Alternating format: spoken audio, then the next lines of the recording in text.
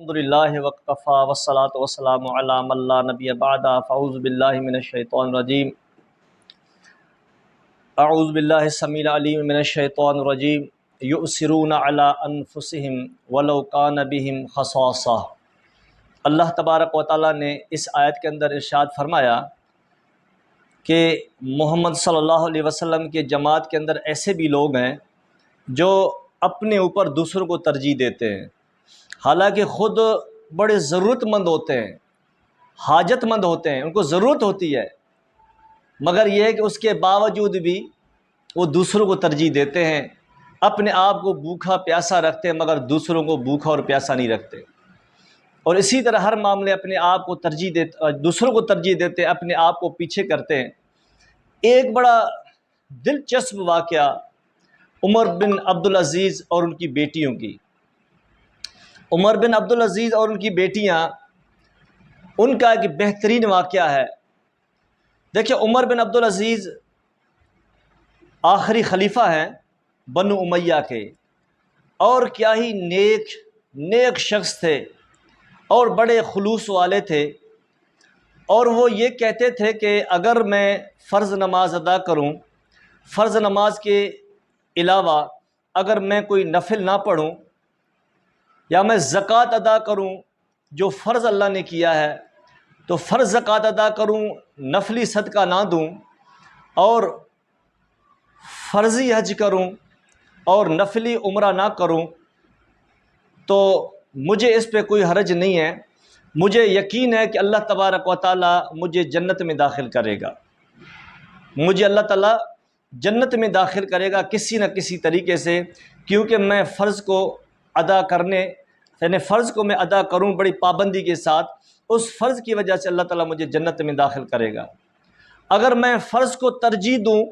میں فرض کے اوپر پابندی کرتا رہوں،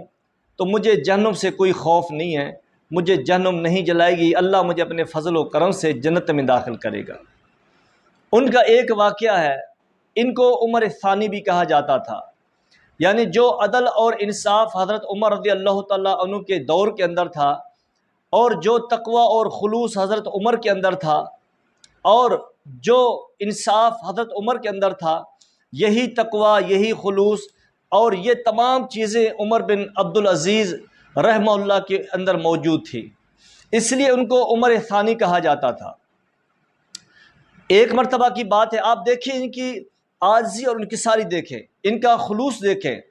اور تھوڑے پہ اکتفا کرنا، حرام سے دور رہنا۔ آپ اندازہ لگائیں،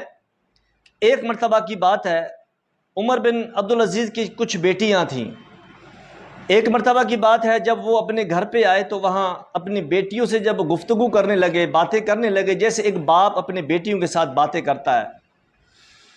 اس پہ ان کی بیٹیاں ان کے ساتھ جب باتیں کرنے لگی تو اپنے منہ کو کپڑے سے صحیح طریقے سے وہ ڈھانکتی رہی، بات کرتی رہی۔ تو عمر بن عبدالعزیز کو بڑا ایک یعنی تشویش ہوئی ہے کہ آخر کیا بات ہے کہ میری بیٹیاں آج مجھ سے اپنا منہ چھپا رہی ہیں، آخر کیا بات ہے؟ تو ان کو ذرا دل کے اندر جو ہے نا ایک بہت بڑا ایک صدمہ پہنچا، ایک پریشانی ہوئی، تو آخر مجھے پتہ تو چلے کہ آخر یہ معاملہ کیا ہو رہا ہے۔ اس پہ عمر بن عبدالعزیز نے اپنی لونڈی کو بلایا، کیونکہ لونڈیاں جو ہوتی ہیں وہ رازدار ہوتی ہیں، لونڈیاں رازدار ہوتی ہیں، اس لیے عمر بن عبدالعزیز نے اپنی لونڈی کو بلایا جو خادمہ تھی اس گھر کی،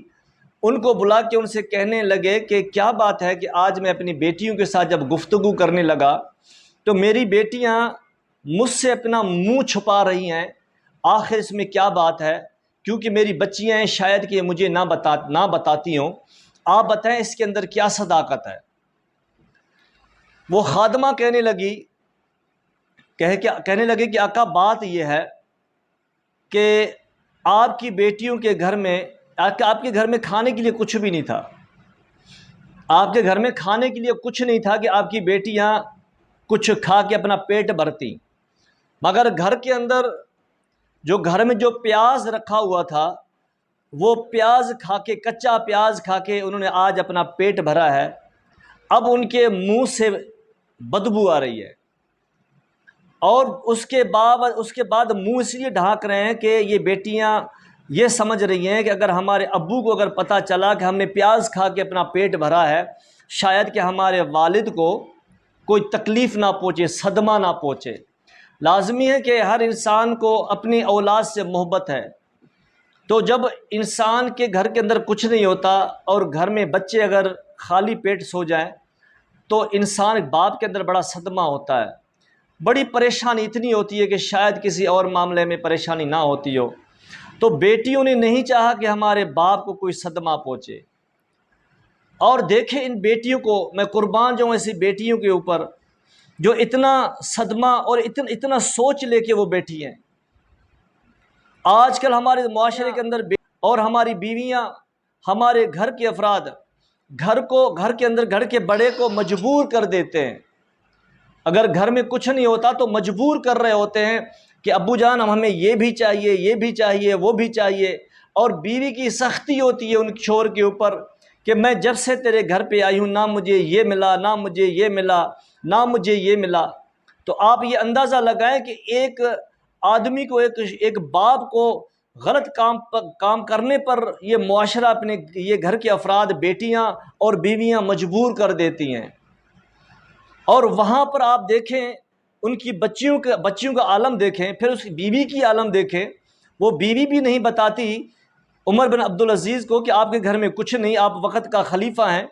جب کوئی آدمی آپ کے پاس آتا ہے، آپ سونا، مال، چاندی سب کچھ آپ لٹا دیتے ہیں، قربان کر دیتے ہیں، لوگوں میں تقسیم کر دیتے ہیں، آپ کے گھر کے اندر تو کچھ نہیں ہے۔ آج ہم تھوڑا سا بھی اگر مال غریبوں کو دیں اور ہمارے گھر کے اندر کچھ نہ ہو تو ہمارے گھر کے اندر ہماری بیویاں سر پہ سوار ہو جاتی ہیں، وہ کہتی ہے کہ تم سخاوت کرتے رہتے ہو، تمہارے گھر میں کچھ بھی نہیں ہوتا، اپنے گھر کو پہلے دیکھو، اس کے بعد تم باہر جاؤ، گھر میں کچھ نہیں، یہ بھی نہیں، وہ بھی نہیں۔ حالانکہ سب کچھ ہوتا ہے، اس کے باوجود بھی ناشکری اتنی ہوتی ہے کہ اپنے گھر شوہر کو مجبور کیا جاتا ہے۔ آپ عمر بن عبدالعزیز کی اس تقوی اور خلوص کو دیکھیں، وقت کا حکمران ہو کر اس کے اندر یہ جذبہ دیکھیں، غور سے سنیں، وہ حکمرانوں جو غریب اور مسکین کے پیسوں پہ پلنے والے حرام خور حکمرانوں،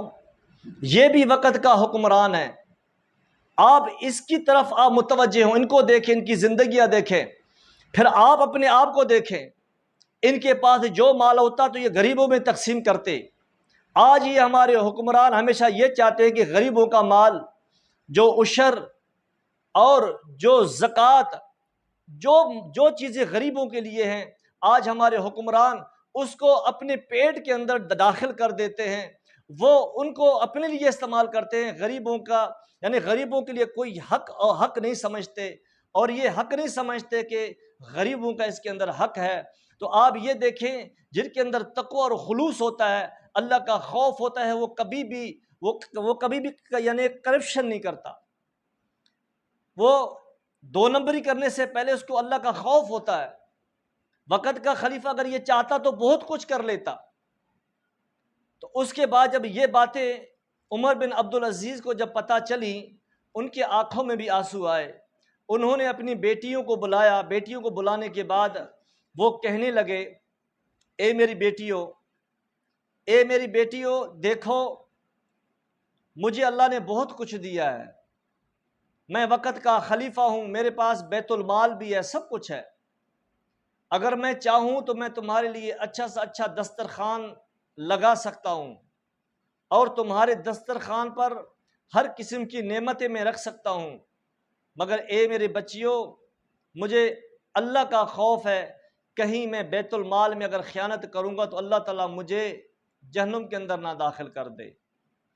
بس اے میری بچیوں، تم لوگ صبر کرو اور اللہ سے